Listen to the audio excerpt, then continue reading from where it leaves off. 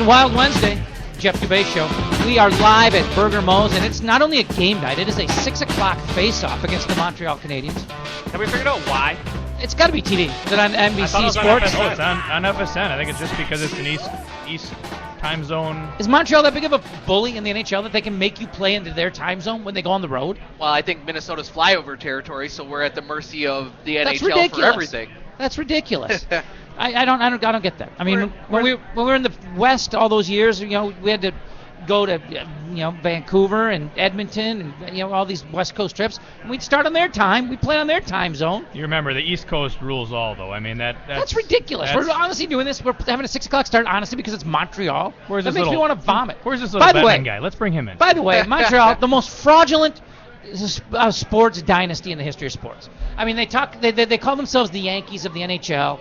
How many titles did they win when there were 6 fucking teams? I gotta watch my language. Pardon me, I'm gonna watch my language because we're not used to being allowed. No, I'm not used to that. I won't do that again. But seriously, there were 6 teams when they won how many games? How many cups? I mean, think about it. They got like 26 or 27 or something, whatever it is. But how many were won in a 6-team league? Sure. I mean, give me a break. Montreal fans, just save it. Yeah, boo the national anthem one more time, too, you jerks. I hate Montreal. I mean, I really do. I have a hatred. I know they're not a traditional rival, but they're one of those cities that just... Yeah, they look down on United States. They look down on U.S. hockey. They look down on U.S. politics. They look down on American. Yes, yeah. Just a snobby French. Boo the national anthem. I mean, who do you think you are? I like it. You're Montreal. If you weren't located within 100 kilometers of our border, you'd be obliterated. You would have been communist by 1960. So shut the hell up, Montreal. Just save it, zip it. Well, does anybody feel me on this? Especially since they're down the block here at Tom Reed's instead of coming to Burger Mo's. Like, Burger Mo's is where you should come. This is where you should be. There be Canadian fans here to savage. If they weren't down there, just doing the cliche thing. Eating the poutine. And how bizarre is it, too? The bile that they have for U.S. hockey. I mean, the exuberance with which they cheer against the U.S. in any international competition whether it's Olympics or World Juniors and the U.S. gives up a goal, the Canadian fans blow the roof off of that arena. I mean, I've never seen a team. I mean, they're as obsessed with U.S. hockey as North Dakota fans are with Minnesota hockey. I mean, I've never seen a fan base cheer. Those are the two fan bases that will cheer against somebody as vociferously as they will cheer for their own entity. But I think you hit the nail on the head when you mentioned the F word, and not the F word that you shouldn't have said, the French F word. Well, yeah. And it's just it's just an extension of the true country, that they're just a bunch of uppity, Yeah. Well, how do you brag up all your titles when you won most of them in a 6-team league? Not 16, 6-team league. I mean, we all got respect for the original 6. It's cool. We had, see the original 6 hats and everything with all the 6 logos, and they're all old school, cool teams with great uniforms. But the point is, there were 6 teams in the league when you won like 15 or 20 Stanley Cups. Congratulations. I mean, honestly, seriously. I don't think Minnesota Wild fans have an eye on any of the Canadian teams anymore. I mean, there's a thing with Vancouver. Winnipeg Jets, I'll say that they got. I mean, they're our closest team geographically. Yeah, and it's a fun little border matchup. But I think when Wild fans have an eye on somebody, it's the Blackhawks, it's the Blues. And actually, I looked up the actual mileage between the two cities. Chicago's actually closer. They love to push that Winnipeg thing, that we have this rivalry. Sure. They're not even the closest team to us. Well, it's because Chicago doesn't treat us that way. Chicago probably feels, we're beneath them. The Blues or even not that the Wings are in our conference anymore, but probably they are more the rival traditionally than we are. Yep. And when the Jets fans come down here, I mean, they do take this place by storm, and they chant their "Go Jets, go!" and they're very abrasive fans, and they just get under your skin just because they're just. Sure. There's a bunch of Canadian, and probably they have to do that. It's because their team's getting ran out of the rink. Because they need to fix their team so that they can pay attention to the game rather than chanting our goalie's name all game and getting trashed. Hey, they're still ahead of us in the standings. Sad on that note that the goalie that they were chanting is possibly not going to be able to make it back to Minnesota this year if he signs on with the Anaheim Ducks. Hey, let me set the stage. It is a Wild Wednesday. We're at Burger Mo's. Jeff Dubay, Jason McGovern, Scott Schweitz, Tony Dean. And you sit here talking trash about Winnipeg having to fix their team. I mean, they're a point ahead of us. We got 2 games in hand, but I mean, they're still looking down at us technically. One thing about Winnipeg fans, I will say, this goes back to when the Jets were relocating. We thought they were moving to the Target Center. Not the Jets. Yeah, the Jets. They thought they were moving to the Target Center. They wound up in Phoenix. I was producing Mike Woodley's show at the Fan at the time. And of course, Mike's a big hockey guy. He's been on a part of Olympic coverage in ice hockey. I mean, he's just a good hockey guy. St. Paul kid. I say kid. He's 10 years older than me, but he's a good guy. A legitimately good guy. And we patched into a sports station in Winnipeg the day that the announcement was being made, and we were listening into the calls on the air, live on the air. And there was, I'll never forget it, a grown man called up sobbing. I mean, my heart. I mean, I felt so bad for this guy. He was like T.Y. Hilton, last week trying to do an interview post game after just having a baby. That was T.Y. Hilton, wasn't it? The Colts. Yes. I said I've been up since 05. Yeah. I mean, T.Y. Yeah. I mean, this guy could. He called the show. He called the sports station. The Jets just announced they're moving. And he was sobbing. He could barely catch his breath. It was a grown man. I mean, that guy was in shock. I mean, it's a different culture up there. I mean, it just is. Well, there's nothing else. They love their hockey, and I mean, it's a testament when they brought the Thrashers back up there, and they sold out season tickets that needed a 3 to 5 year commitment. Yes. So if you're signing on for season tickets, you have to put in a 3 to 5 year commitment to have those seats. Yeah. And I think they sold out in like minutes. Well, they got the Moose too at one point, didn't they? Didn't they get the Moose from us? Yep. Well, no, that went to Manitoba. Manitoba, yeah. Oh, my bad. Manitoba, they took our Moose, and then. But yeah, I mean, it just shows like they were so hungry to get hockey up there, and every time they sing the Canadian national anthem, when the words "True North" come on, that's who the ownership group is that brought the Winnipeg Jets back, is True North Sports. So that's why when they sing the national anthem here and you hear them yell that out, it's basically paying homage to the people that brought back their sport. And the thing about that fan base, they don't come with the Canadian arrogance. That's a new upstart fan base. It's a Minnesota Wild-esque fan base because a lot of Minnesota Wild fans are growing into the brand of Minnesota Wild hockey. Because I grew up a North Stars fan. And in the first couple of years of the Minnesota Wild, I was kind of like, I don't know what a Wild is. I don't understand Nobody knows what we're trying to accomplish. Yeah. Like every single roster that you're putting on the ice, it has Steve Bayou on the third line, and we don't score any goals. And I think now I kind of feel like, can you hear me knocking? Because the reason that we ended up not in the Northwest Division here is because Detroit wanted to make it to the Eastern Conference to play against Toronto, against Boston. So by default, we got back into a black and blue Norris Division-esque type of alignment. And I think with Winnipeg being a developing market, with them selling out for 3 to 5 years for those fans to get hockey back and feel like we do, having hockey back here in St. Paul on West 7th, just steps from Burger Mo's where we're at right now. Mm-hmm. I think that going forward, the kids on that team, the kids on our team, they're going to battle for years, and I think that this rivalry probably will matter. Hey, before we go to break, I'm back to Montreal for a second.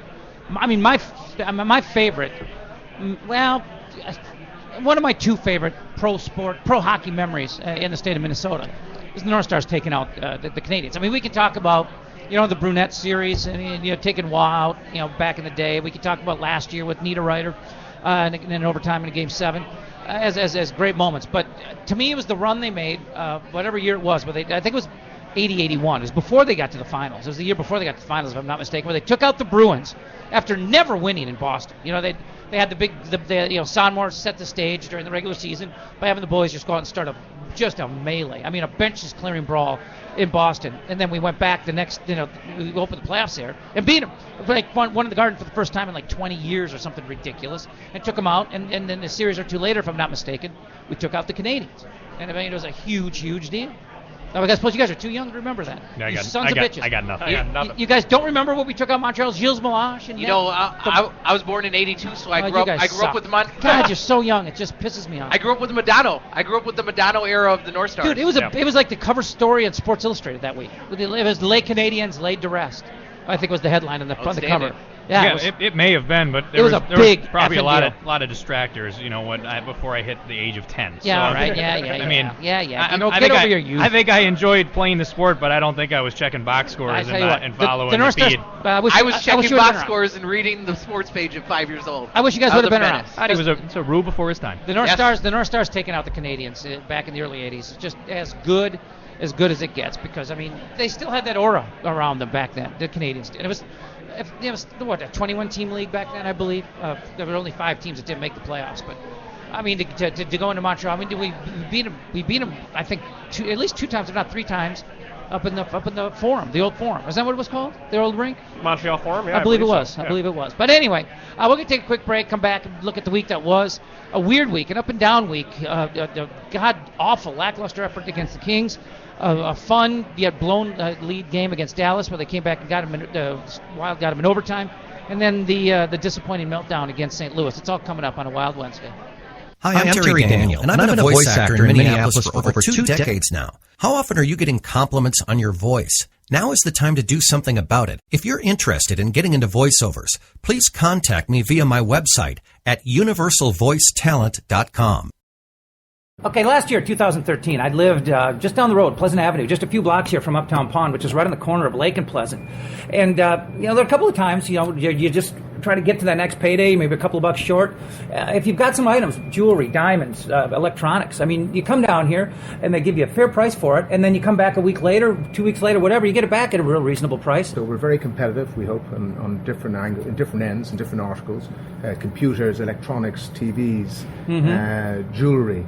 We buy, we give loans, and we also have emphasis on diamond jewelry too, that we also try and give credit for the best we can. We're specialists in that area also, so it's an all-round sort of combination. Well, it's a great place. It's a nice, clean place with honest people, and I tell you what, it's got a real family feel to it. As a matter of fact, it's tied into the Strauss family, and I go way back with the late, great Jerry. So, these are people I know and people I trust. You can find them on Twitter, too, by the way. They're at Uptown Pond, and also on Facebook, Uptown Pond, and uptownpond.net. All right, welcome back. Burger Mo's. It's a Wild Wednesday, the Jeff Dubay Show. Scott Schweitz, Tony Dean, Jeff Dubay, Jason McGovern. Guys, let's go back 1 week ago tonight. We were here pregame just like this, except for it was a 7 o'clock start because Montreal wasn't here bullying people. The Wild and the Kings, just a god-awful game. I remember the prediction segment. You had us 4-2. Scott had us in overtime or shootout or something. Shootout win. Real close. And it was over in a hurry.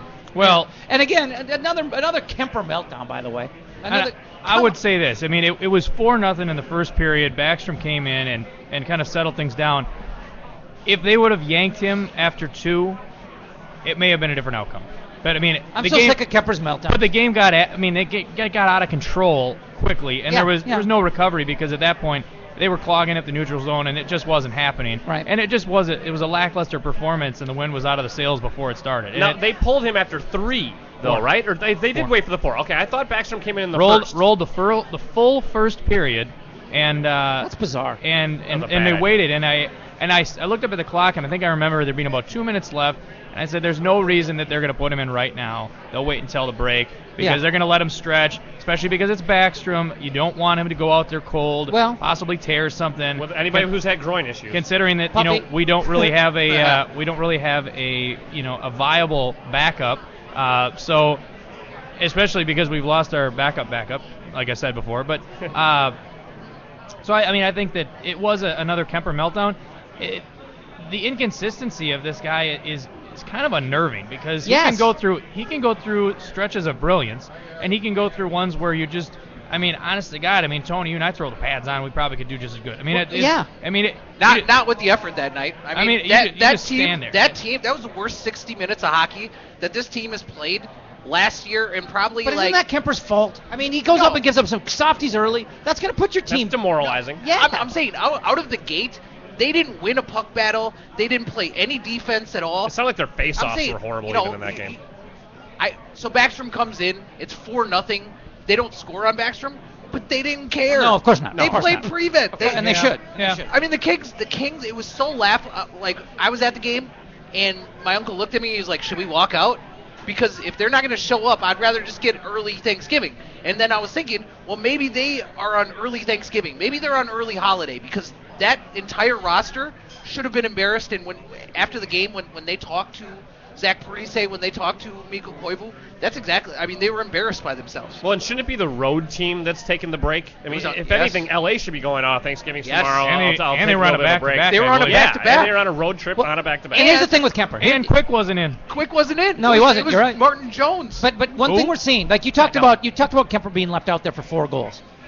They treat Kemper differently because they know he's a mental midget. I mean, Yo's made no bones about it. Even though he's 6'5". That when it starts to fall apart for Kemper, he doesn't want to give him the mindset that every time I give up a bad one, I'm coming out of a game, and he puts him right back in immediately to start the games after he's been pulled because he wants to get him back on the horse. He did admit though they know this guy's messed up in the head. But he admitted after the game that it was his fault he didn't pull him after 2. I mean, Yo fell on the knife and said I should have pulled him after 2. That's on me. But they do have a reason for that. I mean, there's a method to his madness on that. Possibly, because Kemper's an idiot. Even in the back of the mind that's where it's at. But then he goes on record to say, yeah, I should have pulled him after 2. It was dumb, and we left him in, and that's where the game got away from us. Well, and the way we've been talking about this, I thought we were more worried about him getting shot, 4-0. Isn't Kemper? Doesn't that just mentally mess him up more? Get him out of there after the 2 goals. He might feel a little bit badly about it, but at least he didn't get stopped. They want him to man up. They want him to show something. I'm saying Backstrom's in that game. He's getting scored on. In that first period, Backstrom's in that game. As many odd man rushes. 4 times. Backstrom would have given up 2 or 3. I mean, we would have been down 2 or 3. If you look at that game, and obviously, I'll always own that I'm a Kemper apologist, right? But Yo doesn't do anything decisive. Yo has a track record of doing nothing decisive, and then he ended up benefiting from it. Like the team said, this is our coach, he's our guy. They pulled themselves out of the depths last year down the stretch run. He gets a new contract. There was a lot of talk of him getting fired. What Yo doesn't do, he doesn't do anything decisive.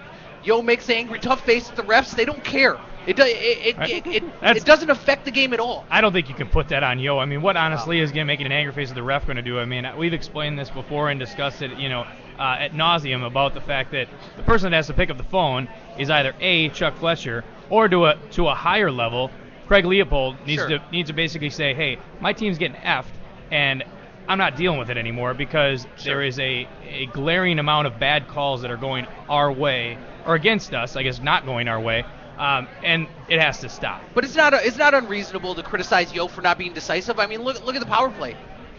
They talk about the power play and it's not fixed. Hey, it's atrocious. Hey, speaking of which, do you see who's going up on the power play? Yeah, it's Zucker on the second unit. Yeah, but how long did that take? Yes, but you brought in your guy, you brought him down, you write the stories about it, you write multiple stories about Brunette, who is a wild favorite, and he's a great guy and whatever. Your power play is 29th in the league. You haven't addressed it. In fact, you avoid addressing it by saying, well, no, they'll get it together. We're just missing this, or it's just one little pass, or we're almost there. No, you're not. Not if it's 29th. And you're not scoring on the power play. Well, and it's not rocket science. I mean, we broke it down weeks ago. I mean, you need people in the power play that are shooters, that are shoot-first mentalities, that are sniper mentalities, and are not going to just cycle the puck and basically play keep away. And this is where Vanek's got some culpability, I think. I mean, I think he's having a fine year, and I think people are overreacting to the way he's playing. But here's where he has some culpability, and that's on the power play. I thought he'd make a huge impact there, and he has not. I would say this. I would say the reason that he is getting just destroyed is because the organization set an expectation that we were bringing in somebody that was going to positively affect our offense. Sure. With reasonable expectation. With goals. Yes, a reasonable especially expectation. on the power play. And so when you bring somebody like that in and say, okay, Molson wasn't our guy, we got, the guy that's going to be, the best person that can help us in this situation. And then he doesn't do it. And then he does the exact same thing that other players can do as far as setup. Granted, a lot of them look very pretty, and I'm not going to take away from that. But if he's doing what he's supposed to be doing, it should be the Mikko Koivus and the other setup guys, the Granlunds that are the ones that are doing the passing to set him up to snipe, like he did in Dallas. Which pushed the overtime game, because if he wouldn't have scored with under a minute left, and it was a good goal. I mean, he put it right in the corner. It was a nice shot. But if he wouldn't have done that, we wouldn't have gone to OT. Why hasn't he been doing that from the onset of the season? And it's like he's playing with a different mentality, Tony, than what we've seen. But how many times has he gotten the puck? I mean, if you watch a Wild power play, it is some crazy fancy passing. on the perimeter, nothing in and around the center of the ice, nothing to Vanek where he has the puck on his stick, where he scored from in Dallas.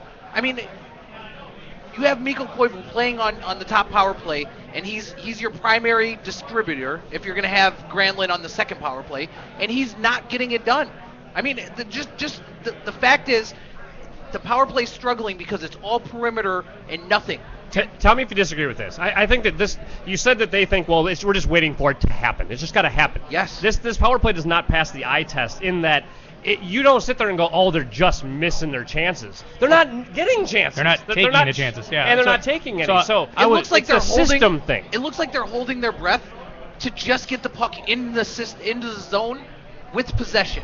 And then once they do that, you see a lot of throwing the puck around the boards, hoping that somebody beats somebody to the puck. And what you're not doing is you're not having sustained offensive possessions. You're not having specific chances driven. Pressure in front of the net. Yes, things like that. You're not having shots from the blue line from anybody getting to the goaltender where Vanek could clean up a rebound, could deflect it. I mean, what we're seeing is guy on the half wall dumps it to the guy that's on the point, and then he goes across to the other defenseman. And then they try to get it to a guy on the half wall, and no time do we generate a shot. No time do we generate any sort of dynamic possession with the puck. They don't skate it out from the half wall. They don't take a shot. I mean, it's unbelievable. It's like I'm watching a game, and they very well could just like have flipped on like a video feed and played the same damn thing over and over and over again, because it is the exact same thing. They cycle back to the D. The guys at the half wall, back to him, back to the D, cross, back, and then nobody's moving their feet. Yes. I mean, and all you have to do is basically cut off your passing lanes, and that's it. But if you had somebody in there, even an offensive defenseman, like a Spurgeon that's gonna, or a Scandella that's gonna rip a shot as opposed to a Pominville, that would be a step. But the fact that you have all these guys that are not moving their feet, that are trying to get the perfect setup. To hell with the perfect setup. Take a damn shot and hope for a rebound or some kind of garbage goal. Let me ask you guys this, because we talk about how Vanek can get a stick on anything, and he can. And I've seen a couple instances this year. He sets up with his ass to the goalie, and deflects it through his legs. But I'm not sure how effective that is, because when the shot comes in from a point so angled that it's clearly not a shot, that it's clearly a pass to Vanek, a goaltender's going to read that and know that is going to be deflected. And come right through Vanek's legs. I mean, that's what he does. And it typically goes right into a goaltender's belly. Isn't the problem there? You actually don't want such an angle. That should almost be more of a straight-on shot. Yeah, I think it's better if it's a straight-on shot, because then you don't know where it's going. Then it gets deflected to a corner. Well, they have to change the formula. Corner of the net. You have to change the formula, because here's what I'm saying. Any given night, you can get bad puck luck, right? The puck luck phrase is what it is.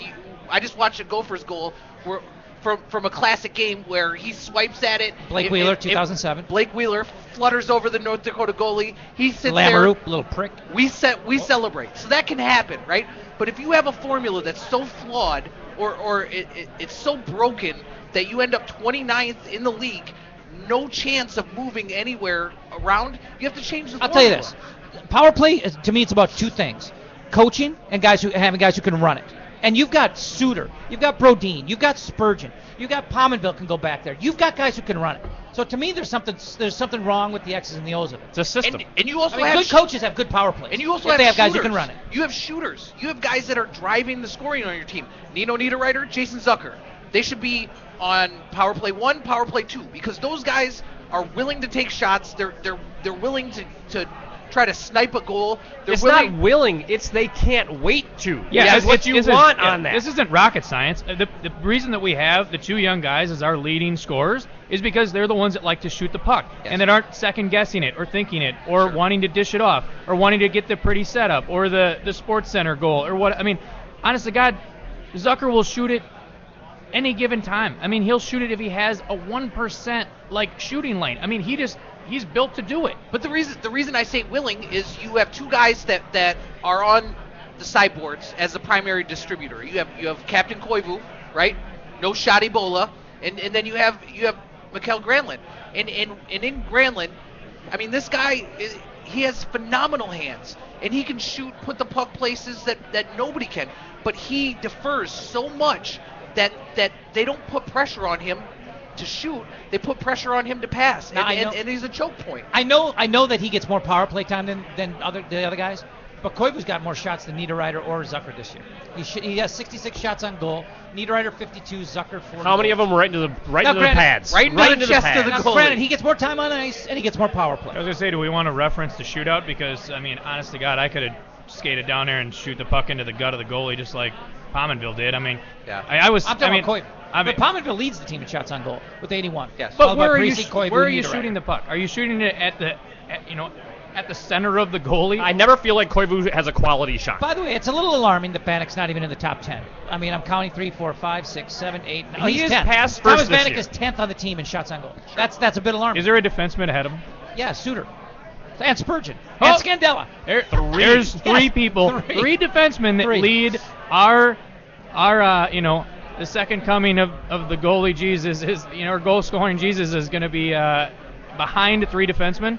Come on. It's weird because he's not playing badly, talking about Bannock, and I don't think he's dogging it either. But it seems like he's got a different mindset than what we've seen from him in the past. I don't get it. It's been my contention he's missing a step.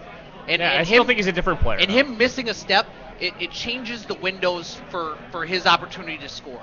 And being that's being the case, he's getting caught from behind by defensemen.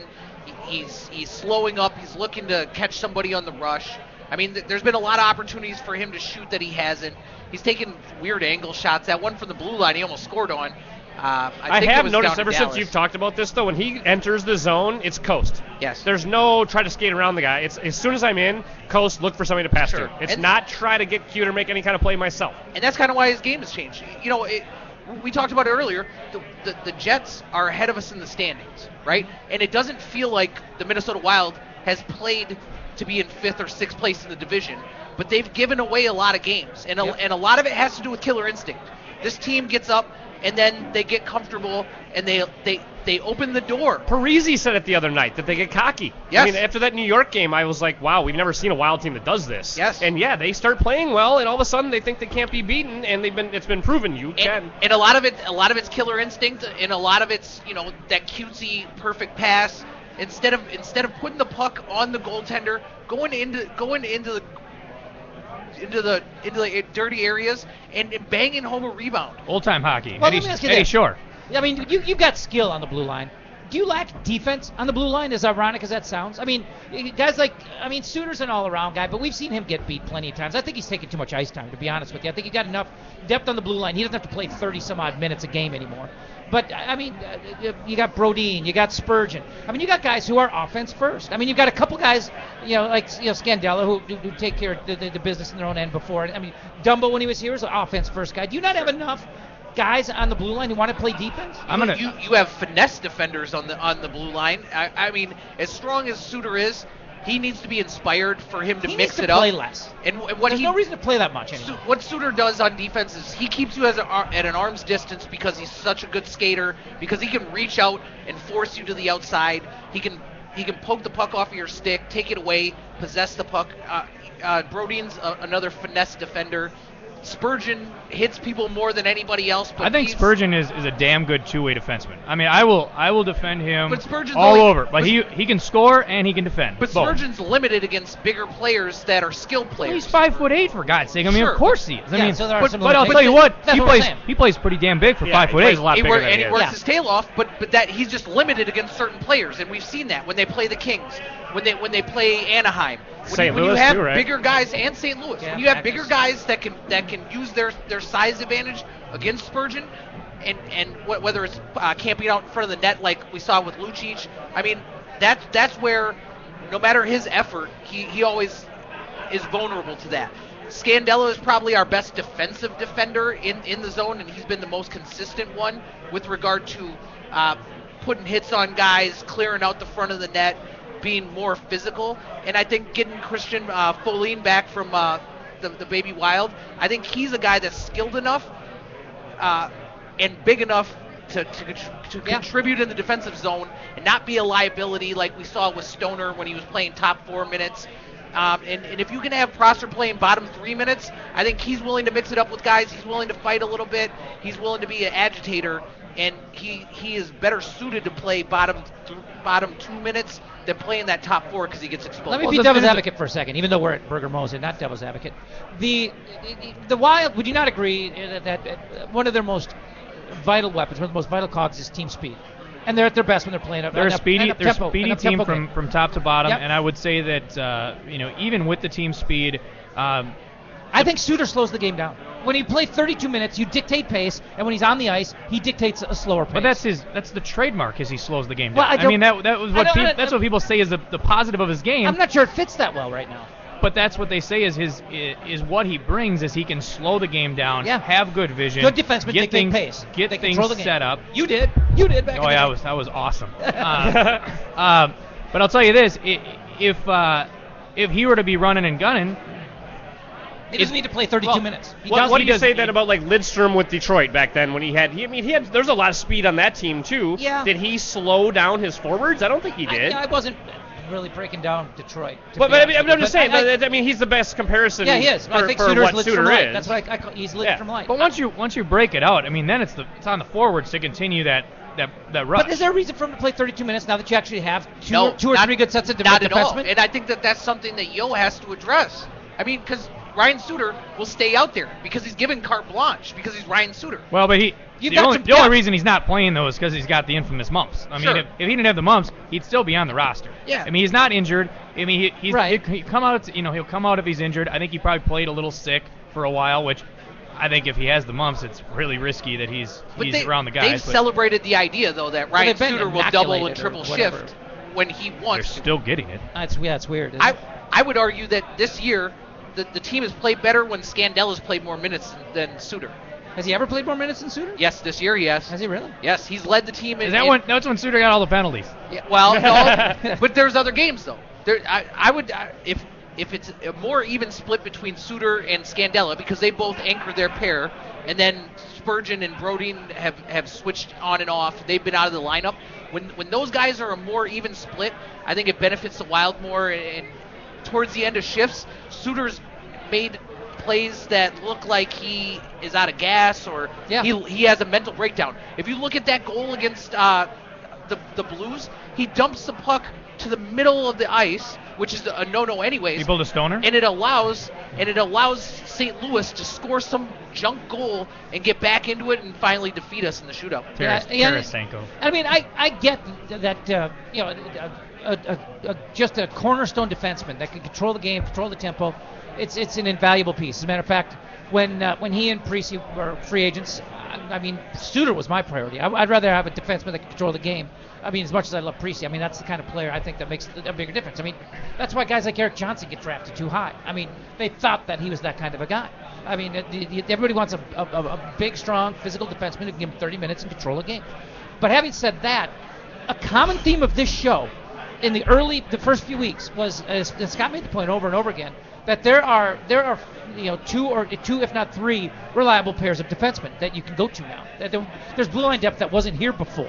And maybe it's time to adjust the thinking on Suter's minutes. I would think that you could probably even it out with your top 4D. The bottom two have changed quite dramatically, I would say, from the beginning of the season, where it was thought that it would be a Dumba and Folin kind of a mix, and Ballard from time to time. Ballard was, in and out. They signed Prosser just because they weren't sure before, that final preseason game.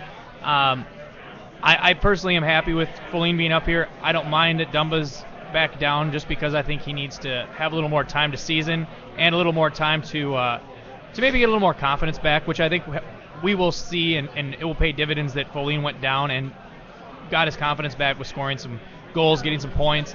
But as far as the tenacity and maybe the edge that the defensemen bring, one of the biggest things about Dumba when he signed here was the fact that he did have offensive prowess, but he also could throw a really nice open ice hit.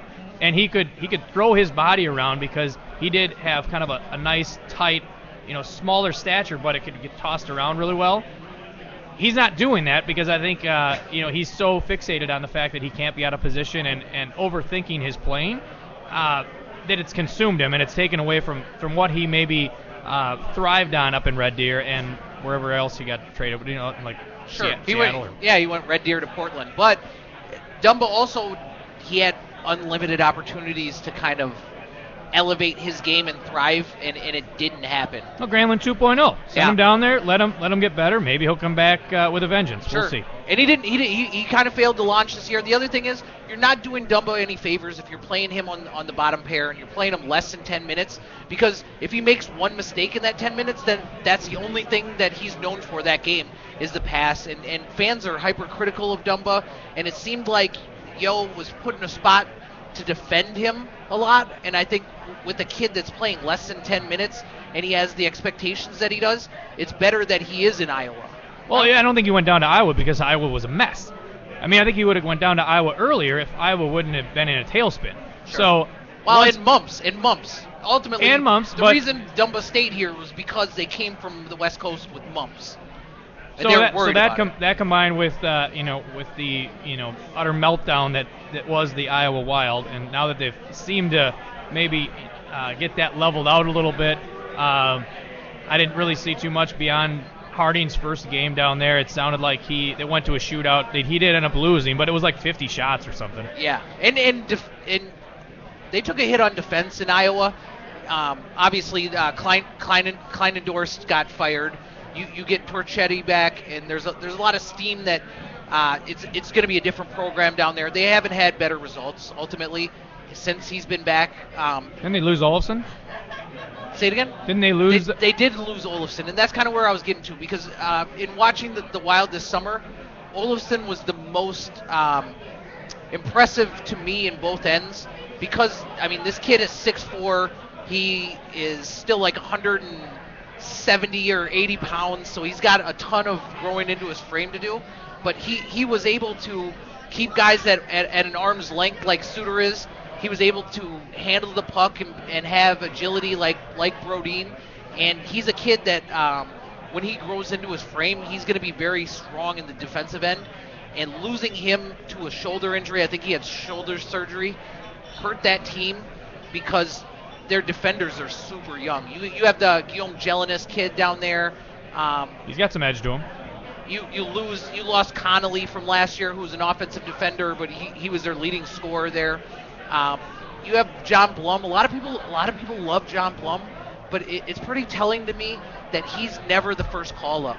Like when Justin Falk is the first call up, when you sneak your guy the prettiest hair in the league, Stu Bickle. Hey, I gotta say, I saw him live and in person, everybody, and his hair is nice. It's nice. Jesus. Okay, let me throw this question out there. It's like an odd turn. I know these are difficult things to separate, but we've talked about both of these topics. We've talked about how good your defense is in their own zone. We've talked about Kemper and his meltdowns, and I know this is gonna be a difficult thing for you guys to separate. But is Darcy Kemper a goalie who gives up goals in stretches, or the Minnesota Wild a team that gives up goals in stretches? I mean, I know it's 6-1, half dozen the other, but is it Kemper melting down? No, I think that's the question. Or is it things falling down around him? Both.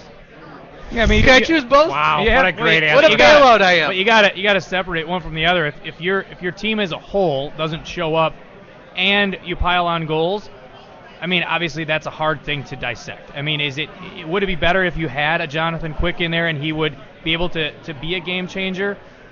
Perhaps. Steal a game once in a while. Perhaps, but we don't have that. So the point being is we need to have a team that is going to be at least average at any given night to give your goalie a chance, because he's not going to steal you games. He needs your support on the front end with your puck possession, with your defensive responsibility, with your forwards back checking in order to have success. If you don't and you leave him by himself, he's going to give up the goals and then he's going to flounder. Don't you have to steal games in the playoffs?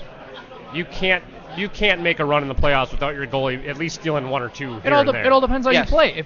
I think if you are a sound team that plays well-rounded hockey, I think your goalie just needs to be good enough to keep you in it. I don't think it's imperative that you have a goaltender that's going to absolutely steal you a game if you have a good team surrounding him. Does it help? And does it, obviously, if you look back at the teams that have won, I look at LA and they have a goalie that steals games and a great team. I mean, to me, it seems like you need both to win the cup. Sure. What does it say about Kemper? What does it say about Kemper that they were ready to ride Brizgalov in the playoffs last year, and he's been horseshit his whole... God, they did it again. He's been terrible his whole career in the playoffs. Yeah. Brizgalov's playoff numbers are horrific. But they wanted to ride him, not Kemper. Kemper also had a concussion, though. I mean, Kemper had a concussion. So did I. I showed up. Well, no doubt. I would say every day. If you look at games this year that the Wild has dominated, they've dominated possession. They've played 200 feet of hockey. They've had a stick on every pass. They didn't allow the 30 odd man rushes that we've seen. I mean, if you look at Dallas has maybe the most talented scorer in the NHL right now in Taylor Sagan. They have Jamie Benn on that line, and then they have Jason Spezza, and we're letting them run end to end untouched. I mean, neither one of these goalies. Backstrom played really well, but he had to play really well because this defense isn't playing like they have been the past couple seasons. I mean, there's a lot of end-to-end rushes. There's a lot of odd-man rushes. Kemper played terrible against the Kings, right? But so did the rest of the team. If you look at it, you can't have that LA Kings team with those talented scorers running untouched. You're not putting a hand on the guy. You watch Prosser. He's shadowing a guy. All he's doing is screening the goalie. You got to put a hand on a guy. You got to go seek him out. You can't let a shooter go untouched, post up, and then take screenshots on your goalie. It's unbelievable. Hey, you're listening to a Wild Wednesday on the Jeff Dubay Show, part of the Alive and Social Network. So much going on right now with the Alive and Social Network. It's hard for me to rattle it off just off the top of my head. But right now, as we speak, Jim Souhan is doing one of his podcasts at the same, simultaneously. SouhanUnfiltered.com is where you get those, and his guest list it's awe-inspiring. It's decent. He just had Leopold on. Yeah, he had Leopold. I mean, he's got who tonight? The other day. Who's Twins relief pitcher? Glenn Perkins. He's got Glenn Perkins tonight. I mean, his first show he had Paul Mahler. I mean, Souhan's plugged in. He gets who he wants, and it's fantastic. So if you're not checking it out, you should be. SouhanUnfiltered.com. And it's not always sports. He likes to get sports figures in the seat and then talk about life. I mean, so it gets off of sports. It's a fantastic show. SouhanUnfiltered.com. We're at Burger Mo's, which means after this show is over, Jason McGovern takes over with Minnesota Pubcast. Minnesota Pubcast tonight. Yes, I've got my buddy Greg Sane joining me, who we did a lot of stuff together on AM 1500.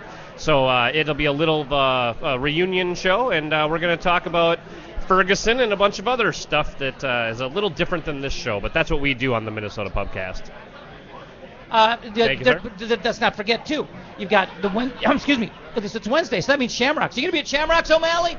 How can a guy named O'Malley not be at Shamrocks? See you, Scott. Shamrocks tonight.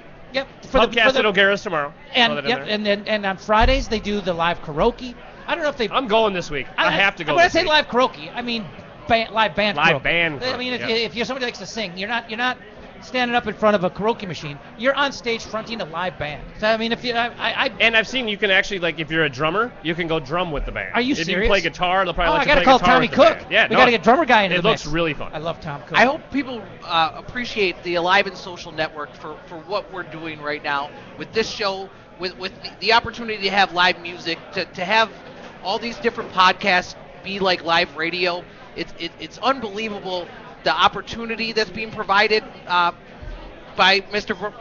Bernard and Mr. O'Malley, and I think St. Paul is benefiting because there's always something going on in a St. Paul bar, up and down West 7th, over to O'Gara's. What are you trying to say? I mean, he's saying it's time to embrace the St. Paul love. Means we need to get out here and we need to support these shows, I think. Yeah. Well, and you're also going to be a member of the St. Paul Law Enforcement. Possibly. Allegedly. Some type of law enforcement. Allegedly. I like your chances. We're going to take a quick break, come back, and put a final spin on the week that was, and look ahead to the week that will be, including tonight's game against La Habitant. You know, folks who've listened to the show, they know that I live in the Uptown area, here right down Pleasant Avenue, as a matter of fact, and on the corner of Pleasant Lake is where Uptown Pond is. And I have been here numerous times, had numerous business dealings with them. It's just a nice place with good, honest people. Bob Jacobson, the owner, you run the place. You've always been good to me. Thanks, Jeff. We try. That's part of our business. We're here to help people, and so everybody walks in the door. We hope we can help. Well, what I've always appreciated is when people are nice to people who are the low man on the totem pole. Like when I was a bat boy, I liked the star guys who were nice to the bat boy. Right. And I mean, I came in here and you guys didn't know who I was. You didn't know I had a radio show, and you treated me great. I mean, just a guy off the street. Listen, that's the idea with I think a smaller family type business. Somebody walks in the door, we don't want to let them see everybody gets treated the same way, and we hope that's the case. And we don't want to see them leave without. We try our very best. It's really easy. It's easy. It's low pressure. Good, honest people. Right on the corner of Lake Street and Pleasant Avenue. You guys got to check out Uptown Pond. Well, Now we are. Now we're back. All We're right, back. all right. We're back at Technical Burger difficulties. A nice crowd. I'll tell you what. This is the second week in a row we've done a show here on a game night, and this place is a fantastic pregame Kind of fun vibe. with a crowd around too. The energy, it's cool. Yeah, I got to learn to not swear in front of the kiddos. Sorry, kiddos. 2 weeks from tonight, we'll be back when the Wild play the Bruins, too. Nice. Well, you are really. Well, we'll be touching back the next schedule. week too, but yes, there will be another. And if anybody's listening live, I know Scott and I don't know about Jay. Well, Jason's gonna stay for the pubcast, so come on by. Yeah, I got don't know what Tony's plans are, but Scott and I are gonna belly up to the bar and watch the game and have a burger. And you're welcome to join us. I want to do that, and I want to talk hockey with people. But your wife will kill you, won't she? No, I'm in. Nice. That's no why crying in the basement. I'll still do that. You cry at the bar. I still got that schedule. That's hilarious. What we want people to do, we want people to schedule. come down to Burger Mo's, talk hockey with us, enjoy the show live. What a great opportunity it is to get out here and mix with Wild fans. Yeah. Mix with people that support Jeff Dubay. And as we do this, we're going to work out a way, too, or if people want to come over and ask a question and stuff, we'll definitely make it accessible to the fans that want to come down here and talk. Absolutely. You might even get a banner. They might put my face on it, which would be a bad hopefully idea we won't for the do that. show. So, I mean, I know that most of our audience listens, podcast-wise, they listen when they want to. But there are some live listeners out there, and if you are out there, you want to swing by Burger Mo's, we'll be at the bar. We'll be sitting up to the bar, eating burgers and watching the Wild against Montreal tonight. So if you have the opportunity, we'd love to meet and greet. Great food, great beers, 60 beers on tap. I mean, yeah, lots of reasons to come down We here. met our buddy Tyler Hirth. Tyler Hirth was here tonight, and I am not speaking with a list about Tyler Hirsch. His name is Tyler Hirth. Just a good guy, likes to listen to the show, wanted to meet the boys, wanted to meet Scott and Tony. And he's a smart hockey fan. He came out. We talked some hockey before we got on the air here. I mean, nice guy. Definitely approachable. Jeff, turn me on to capgeek.com. One of the things that's going on right now, it's unbelievable. There's a couple different hockey writers and bloggers right now that have gotten themselves into trouble this week for their behavior. And I think what's so crazy is all we want to do is talk hockey with people. We want to foster a conversation. I think that's why Wild Wednesdays started. And what a great opportunity that Scott and I have provided by Jeff here at the show. And I hope that we're approachable. So if you see us, please come talk hockey with us. All the positivity in this town sucks, by the way. I just totally stopped myself. I was going to call you a name. Would you stop? Well, the kiddos have all pretty much headed to the rink by now. If you want to swear, you can come back for the Minnesota Pubcast. You can come talk with Greg and me, and you can swear all you want, because we will not be on the speakers for that one. I don't mean to swear. I mean, I don't need to swear. I was going to call him a dink. The dink's not bad. Can I say dink? No, you can say dink. All I ever do is care about your feelings, I don't. I'm just teasing. Let's get back to the schedule. I know we've taken up a lot of time, so let's just try to briefly just talk about the weird games against Dallas and St. Louis. I mean, against Dallas, you've gone to Dallas twice this year and come out with 4 points, which is unheard of. So I'm not going to get too critical of it, but you did blow a lead. You blew it quickly. And then you actually fell behind and needed the last-minute goal by Vanek, and then the overtime win from was it Scandella, I believe. Also on a really nice three-way passing play, Vanek to Parisi to Scandella. I think that's the reason he got his 5-year extension. That goal? The one goal. Just that goal. Just that goal. Yep. But you guys' thoughts on that game? I mean, again, you go to you're on the road against a good team in a place you've never really played well, and for the second time this year you get 2 points. Hard to be too critical, but it wasn't exactly how you draw. I would put it this way: considering they walked out of there with 2 points. It's a saving grace. If they would have walked out of there with no points or 1 point, we would have been having a different conversation. They did recover with the nice shot from Vanek. We will give them some praise for that. But it still is. It doesn't replace the meltdown that they did have. And I would say, considering that they did have that, I mean, they were clawing themselves back out of a position that it never should have been in. That Dallas team struggles on defense, though, and that's why we got to win twice there, and we got to win here. Goligoski almost had a game winner. We've out offensed them ultimately, and their goalies melted down. Their top line can make us look lost at times. Their guy's Lettinen, and he's melted down 3 times against the Wild this year. I mean, that's honest. All right, Tony, the St. Louis game. Give it to us. What happened? St. Louis game hurt my feelings, especially since it was hurt Backus. My feelings. It was Backus. So, it was David Backus that did it to us. You know how proud of himself he was for that goal that Suter gave to him? Man, the Blues are the team that I love to hate. I love to root against. They're not fun to watch. I love to root against boring. Minnesota guys that go out there. They're so proud of themselves. Oshie, he takes the hit, and then he cheap shots us all game.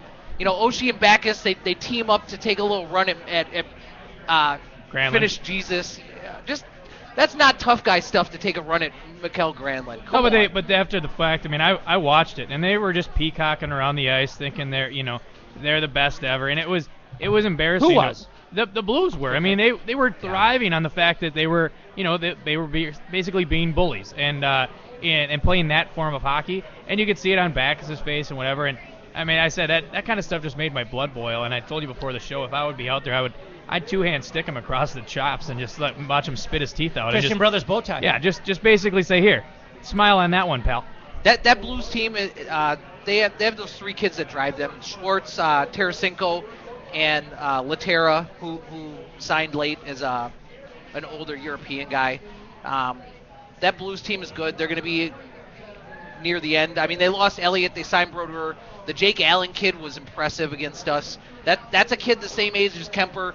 They're going to be contemporaries. It'll be interesting to see if our guy's better than their guy. I will say one of these things, though. One thing I did notice when I was watching the game, I specifically had to finally look for Stasny because the entire game I didn't even notice him. So when somebody like Stasny disappears into a roster, that says something about the roster. I mean, that they do have good depth, and maybe he had an off game, but I literally had to stop myself and watch shift by shift to find when Stasny hit the ice. And Stasny's a guy that Minnesota fans that are anti-Koivu loved the idea of him coming here instead of Vanek. He was the anti-Vanek free agent. But everybody knew he was going to St. Louis. Oh, he's hometown. Yeah, he pulled a Parisi. Yeah, his footsteps. Yeah, exactly right. Before we get into tonight's opponent, a couple of goaltender-related items to touch on. Brizgalov might be going to Anaheim. I mean, he's trying out in Anaheim. Are they signing him? He's getting a tryout. I mean, that it sounds like they're bringing him out there. He didn't seem interested in playing. As long as he did. Unless he was here. He wants to play here. I mean, he made no mistake and no...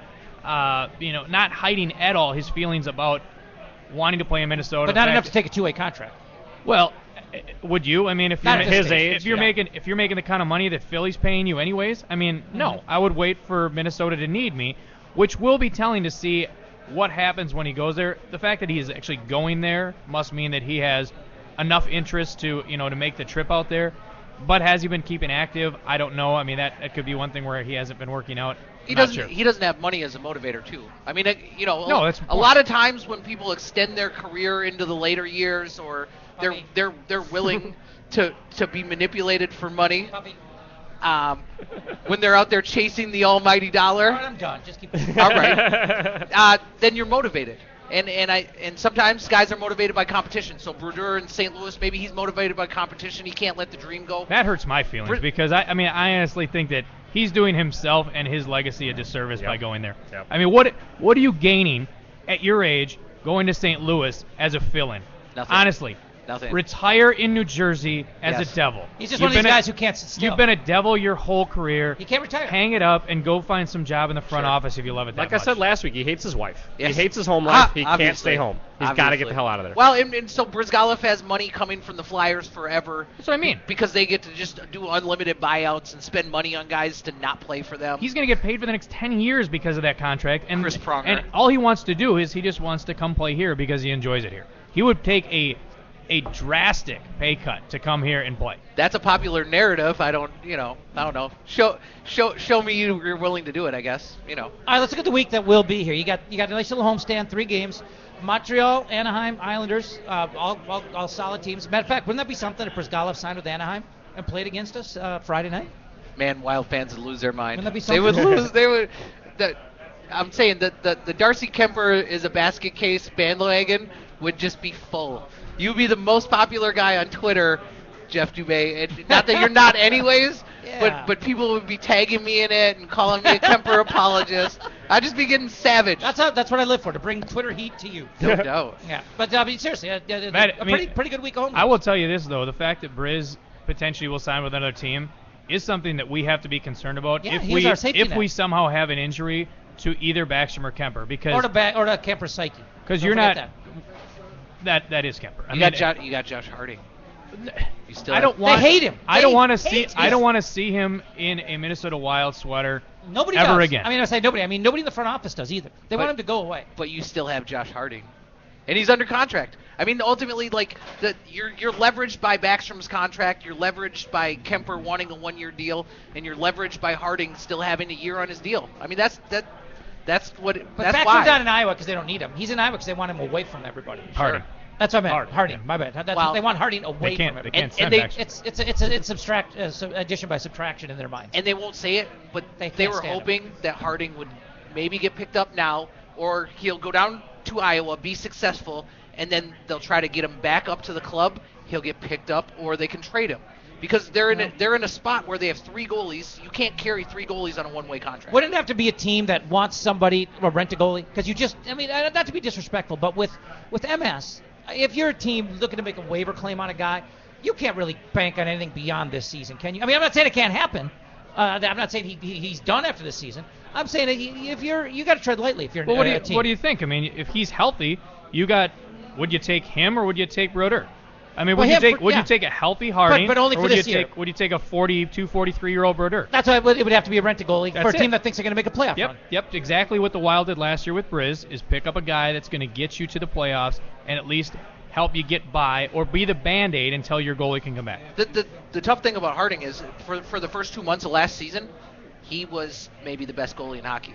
So he's shown if he's healthy and if he's capable of being in the lineup, he may be the most capable of helping the team win games right now. Yeah, not this year, but last year he showed that. But all you got to do is as soon as he steps his foot on the ice, you just hit the stopwatch or hit the countdown timer because at some point, sure, it's gonna implode. Well, you look at the week that will be here with Montreal tonight. You get a chance to look at what is probably the best defenseman in the National Hockey League right now. Would you not agree? If he's not, he's one of the top 2 or 3. PK Subban. Correct. And I love his game, and I think, is he the captain? Did they make him the captain? They should. I mean, between the ice bucket challenge that he did with the dump truck, if you didn't see it, it's sweet. I mean, and then he went as Michael Jackson for Halloween. That was a spot-on costume. Was it? Oh, it's awesome. PK Subban's one of my favorite players because he's complete. He's complete. He's answered everything, man. They put him on Team Canada. They don't play him. What does he do? He acts like an adult. He's not an ass. How could they not? He's a great player, and he's not an ass. Well, let's not forget the fact that he's had to break through some racial barriers. Sure. I mean, in the National Hockey League and in Montreal, that's no small task. And I think people decide for him who he is, and then they want to prove a point to him. You know, I think it's no different from Evander Kane. So Evander Kane has had more, immaturity moments, and he's had whatever. But there still seems to be this, we need to make sure that this guy knows that you're not allowed to do this. And I think it's so unfair with PK Subban, and Subban deserved to be their captain, and he's huge. He's dynamic. Look at him on the ice right now, skating around in warm-ups. He's just a tank of a man. If you get a third of what you get from I think he's 76 because he wants to be an offensive lineman. I think he's number 76 because he's an offensive guard. If you get a third of Subban out of Dumba, you got a great player. Yeah. Well, and then you could look to Anaheim. You mentioned, it would be a strange set of circumstances, but you could face Brizgalov. Then the Islanders come to town with probably the most Minnesota-heavy roster in the league. And the Islanders have been going really, really good, and they've been winning with Nick Leddy and Brock Nelson having a nice year. And the Boychuk, too. I mean, Gar Snow did a really bad job a couple times last year, and then he did a really, really good job acquiring draft picks and helping to build that roster. They got Tavares back healthy from a knee injury. Glad to see Oposo going well. But honestly, I mean, if you're that bad that long, eventually you got to be good. I mean, unless you're the Oilers. Held him back, I mean, if the Oilers, you somehow, I don't know what your recipe is, but you're doing it wrong. Sure, but they also got Halak out there, and Halak is a guy that people just overlook. You know, him and Carey Price were both in Montreal. They chose Price. And Halak was in St. Louis. They chose Elliott. And now Halak is the guy for the Islanders, and he looks like he's going to carry them this year. Is he hurt? I thought he was dinged up. That could Yaroslav? be mistaken. I don't think so. I don't think. I'm not sure. But there's another place too that had to buy out their goalie. Sure. I mean, and they gave him all the money. DiPietro. DiPietro was all hype. I mean, he wasn't. That was one of the worst contracts. Well, he wasn't standout at BU. He wasn't standout for Team USA. He was never standout in the NHL. I mean, he was always being paid on reputation and potential. They were reaching on that one. I mean, ridiculous. I'm amazed with the missteps that Gar Snow has taken. How he is still employed there. Yeah. I mean. And he's an asshole, too. I mean, did it again. Sorry, kiddos. I think the kids are gone now. But, I mean, the point is, like, you take that many steps, how do you retain your job? DiPietro's the Ryan Leaf of goaltenders. All right, I don't know why I'm going to do this because last week's crashed and burned, but give me a prediction for the week. Montreal, Anaheim, Islanders, all at home. Everyone write these down at home. Go. Wild win tonight. They win all three. I'm going all positive. 6-point week. What do you think? Man, I don't know about tonight. Tonight I might have to take a loss. I say Anaheim we'll take it, and then we'll take the Islanders. All right, 2 out of 3. So you got 4 points. So if you average it out, you guys are looking at a 5-point week. not too shabby. We'd take it, wouldn't we? All right, well, thanks to Burger Mo's for having us. Thanks for all the kiddos for not running me out the door for my potty mouth. Scott Schweitz, Tony Dean, Jason McGovern, I'm Jeff Dubay. This has been a Wild Wednesday.